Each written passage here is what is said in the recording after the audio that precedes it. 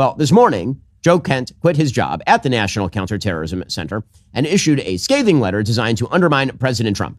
The letter is deeply, deeply conspiratorial. It states openly that, quote, Iran posed no imminent threat to our nation, and it is clear that we started this war due to pressure from Israel and its powerful American lobby. Now, that is conspiracy trash. It's also kind of strange since President Trump has said that it's conspiracy trash. So apparently, Trump is so deeply, deeply enthralled to those strange, powerful American lobbies. We're not going to say it. That he apparently has been so bamboozled by them that he's still under the impression that he's his own man. But here's the thing. President Trump is his own man. He makes his own decisions.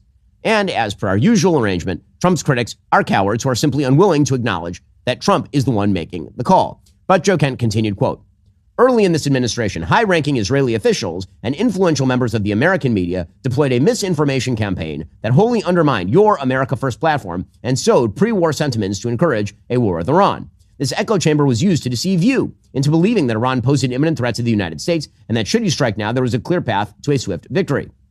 This was a lie and is the same tactic the Israelis used to draw us into the disastrous Iraq war that cost our nation the lives of thousands of our best men and women.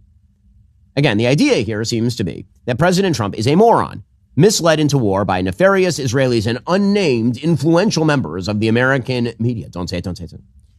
Again, apparently, President Trump has no agency and no thoughts.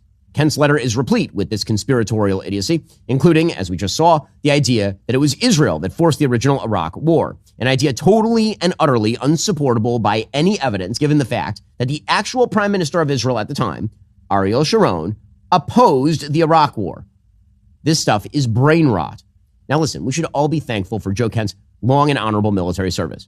We can also be glad that he's leaving, since his ideology is the same as that of Tucker Carlson, the guy who says that the war is disgusting and evil and who has been busy sexting with the mullahs. Tucker Carlson calls Kent a personal friend and, quote, the bravest man I know. Frankly, I think that it is a good thing that Kent is not in this position. We cannot have a director of counterterrorism who is somehow advocating preemptive surrender to the world's leading state sponsor of terrorism in the middle of a war.